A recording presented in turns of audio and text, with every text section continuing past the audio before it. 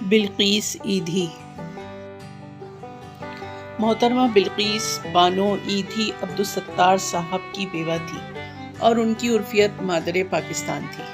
وہ 14 اگست 1947 میں بانٹواں میں پیدا ہوئی۔ پیشہ ورانہ اعتبار سے ایک نرس تھی۔ 16 سال کی عمر میں ایدھی صاحب کے قائم کردہ نرسنگ ٹریننگ اسکول میں انہوں نے ٹریننگ حاصل کی تھی۔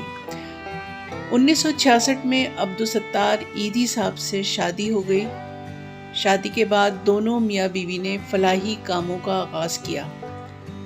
دیگر خواتین کو ادارے میں جگہ دینا ہو یا ایدھی میٹرنٹی ہوم میں زچہ بچہ کی دیکھ بھال کرنا ہو، اس طرح کی خواتین سے متعلقہ تمام فلاحی کاموں کی نگرانی محترمہ بلقیس ایدھی کی ذمہ داری تھی۔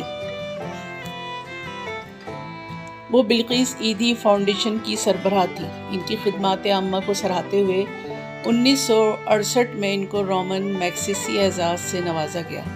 حکومت پاکستان نے انہیں ہلال امتیاز بھی عطا کیا۔ بھارتی لڑکی گیتا کی دیکھ بھال کرنے پر بھارت نے انہیں مدر ٹریسا ایوارڈ 2015 میں دیا۔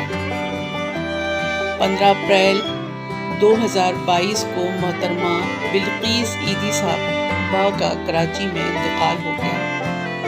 ہزاروں سال نرگس اپنی بے نوری پہ روتی ہے، ہزاروں سال نرگس اپنی بے نوری پہ روتی ہے، بڑی مشکل سے ہوتا ہے چمن میں دیدہ پیدا۔ Thank you.